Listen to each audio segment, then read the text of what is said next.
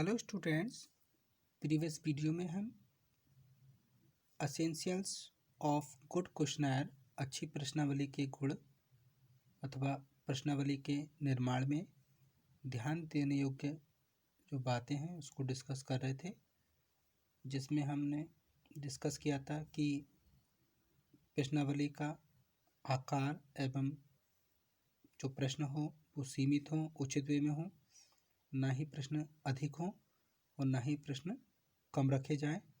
यदि प्रश्न को हम अधिक रखें तो उन्हें कुछ कैटेगरी में डिवाइड कर लें। इसके अलावा हमने पॉइंट में देखा था कि जो प्रश्नों की लैंग्वेजेस हैं वो अब काफ़ी सरल होनी चाहिए, शिष्ट होनी चाहिए, और जो टेक्निकी वर्ड हैं या जो मल्टीपल मीनिंग वाले वर्ड हैं उनका प्रयोग नहीं करना चाहिए। अगर हमें उनका यूज़ करना भी पड़ रहा है तो उनके अर्थ स्पष्ट कर देने चाहिए। इसके अलावा जो प्रश्न हैं वो एक लॉजिकल सीक्वेंस में होने चाहिए, क्रमबद्ध होना चाहिए। जैसे हमने टीवी का एग्जांपल देखा था कि जैसे पहला क्वेश्चन हमने रखा कि आपके पास टीवी है, दूसरा क्वेश्चन रखा आपने इसे कब खरीदा, तीसरा ये किस कंपनी का है, चौथा इसकी क्या लागत आई, या और यह प्रॉपर वे में काम कर रहा है नहीं कर रहा है। तो इस टाइप से एक लॉजिकल वे में रखना होगा। नेक्स्ट हमने पढ़ा था प्रश्नों की प्रकृति का चयन, कि जो प्रश्नों की जो प्रकृति होती है वो दो टाइप की होती है। एक होते हैं बंद प्रश्न और दूसरे होते हैं खुले प्रश्न। बंद प्रश्न में जो उत्तर हैं वो यस नो, ट्रू फॉल्स या मल्टीपल चॉइस क्वेश्चन के रूप में रख सकते हैं। और जो खुले प्रश्न होते हैं वो भी दो प्रकार के होते हैं। जैसे कुछ क्वेश्चन विशिष्ट जानकारी देने वाले होते हैं, जैसे आपकी क्या इनकम है, आपके कितने बच्चे हैं, और दूसरे क्वेश्चन विस्तृत जानकारी वाले होते हैं, जैसे आप परीक्षा में किन कमियों का अनुभव करते हैं, ग्रामीण विकास कार्यक्रम को कैसे सफल बनाया सकता है। तो इस टाइप के जो प्रश्न होते हैं वो विस्तृत जानकारी वाले प्रश्न होते हैं। और आज के समय में कंप्यूटर का प्रयोग बढ़ने के कारण उत्तरों में कोड का प्रयोग भी किया जाने लगा है। अब हम फिफ्थ पॉइंट करते हैं, to avoid sensitive and personal nature question. भावनात्मक और व्यक्तिगत प्रश्न ना पूछना, भावनात्मक और व्यक्तिगत प्रश्नों के पूछने से बचना। देखिए, प्रश्नावली में ऐसे प्रश्न इंक्लूड नहीं करने चाहिए जिनका उत्तर देने वालों के आत्मसम्मान, व्यक्तिगत, धार्मिक या सामाजिक भावनाओं को ठेस लगे। ऐसे प्रश्नों से हमें बचना चाहिए। जैसे, क्या आप टैक्स की चोरी करते हैं? क्या आप चरित्रवान हैं? क्या आप अपने कार्य कराने के लिए सरकारी कर्मचारियों को रिश्वत देते हैं? क्या आप अपने लड़के की शादी में दहेज लेना चाहेंगे? इत्यादि। तो ऐसे क्वेश्चनों को अगर हम इंक्लूड करेंगे तो ये आत्मसम्मान, सामाजिक भावनाओं को ठेस पहुंचा सकते हैं। तो हमें ऐसे प्रश्नों को शामिल करने से बचना चाहिए। नेक्स्ट देखते हैं, क्रॉस चेक, सत्यता का परीक्षण। प्रश्नावली में कुछ ऐसे प्रश्नों का समावेश होना चाहिए जिनमें उत्तरों की सत्यता और सूचना देने वालों की विश्वसनीयता की जांच हो सके। जैसे, यदि प्रश्नावली में सूचक की आयु पूछी गई है तो उसकी डेट ऑफ बर्थ भी पूछी जा सकती है। Next point, questions according to ability, योग्यता के अनुसार प्रश्न। प्रश्नावली में प्रश्नों को शामिल करते समय सूचना देने वाले की योग्यता का भी ध्यान रखना चाहिए।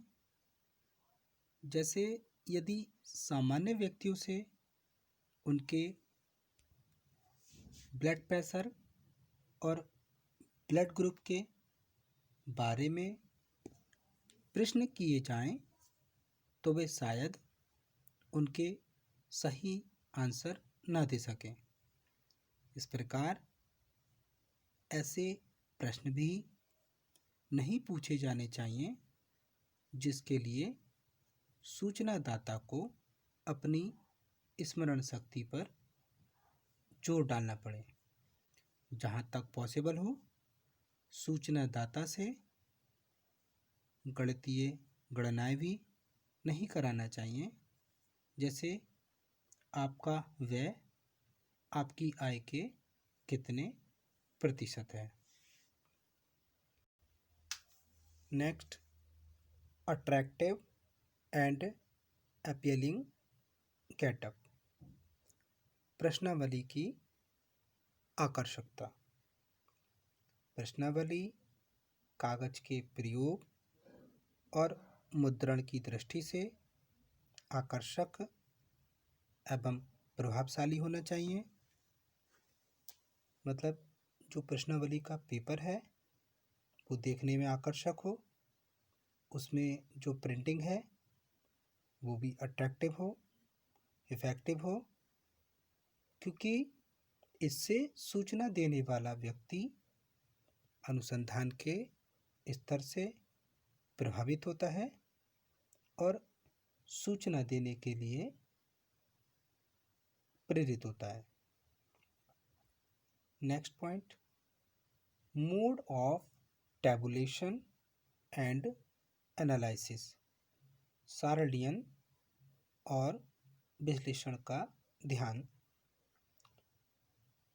प्रश्नावली में प्रश्नों की डिजाइनिंग में इस बात का ध्यान रखना चाहिए कि सूचनाओं का सारणीयन और विश्लेषण किस प्रकार करना है। मीन्स सारणीयन और विश्लेषण व्यक्ति द्वारा हाथ से करना है या कंप्यूटराइज्ड मशीनों का प्रयोग करना है। कंप्यूटर द्वारा विश्लेषित की जाने वाली प्रश्नावलियों में कोड पद्धति का व्यापक प्रयोग होता है और प्रत्येक उत्तर के लिए खानेदार एवं निश्चित स्थान होता है और उत्तर में जनरली कैपिटल शब्द का प्रयोग करना होता है। नेक्स्ट देखेंगे प्री टेस्टिंग एंड रेक्टिफिकेशन। पूर्व परीक्षण और संशोधन। प्रश्नावली तैयार होने के बाद और अनुसंधान कार्य को औपचारिक रूप से प्रारंभ करने से पहले कुछ व्यक्तियों और संस्थाओं पर प्रश्नावली का परीक्षण करना चाहिए और इसमें जो दोष या कठिनाइयाँ आ रही हैं उनके आधार पर आवश्यक संशोधन कर लेना चाहिए, क्योंकि जब हम प्री टेस्टिंग कर लेते हैं तो उससे उसमें आने वाले दोष या कठिनाइयों का पता चल जाता है और उस आधार पर हम उसमें आवश्यक संशोधन कर सकते हैं। Next point, instruction and footnotes. निर्देश और टिप्पणी। प्रश्नावली में सूचनादाता के लिए आवश्यक इंस्ट्रक्शन दिए जाने चाहिए, जैसे उसे प्रश्नावली किस प्रकार भरनी है, कब तक भरनी है और किस पते पर लौटानी है। यदि किसी विशेष प्रश्न की व्याख्या की आवश्यकता हो तो उस पर कोई निशान अंकित करके उसकी व्याख्या टिप्पणी के रूप में देनी चाहिए। लास्ट पॉइंट, कवरिंग लेटर, व्याख्या एवं अनुरोध पत्र। सामान्यतः प्रश्नावली के साथ एक कवरिंग लेटर भी भेजा जाता है, अनुरोध पत्र भी भेजा जाता है। इस पत्र में अनुसंधान के महत्व और क्षेत्र को स्पष्ट किया जाता है तथा सूचनादाताओं को सहयोग देने के लिए प्रभावित किया जाता है। पत्र में प्रश्नावली को भरकर भेजने की लास्ट डेट तथा उसका एड्रेस का भी मेंशन करना होता है। व्यक्तिगत सूचनाओं से सूचनाएं प्राप्त करने की दृष्टि से ये उचित होगा कि प्रश्नावली के साथ टिकट लगा और पता लिखा एनवलप भी भेजा जाए। अनुरोध पत्र में सूचना देने वाले को ये आश्वासन भी दिया जाता है कि उनकी सूचनाओं को सीक्रेट रखा जाएगा, गोपनीय रखा जाएगा और उनका प्रयोग केवल अनुसंधान कार्य में ही किया जाएगा। तो देखिए, इन बातों को ध्यान में रखते हुए एक अच्छी प्रश्नावली का निर्माण किया जा सकता है, जिससे अनुसंधान कार्य में काफ़ी सहायता मिलती है। तो आज की वीडियो के लिए इतना ही। Thank you very much students.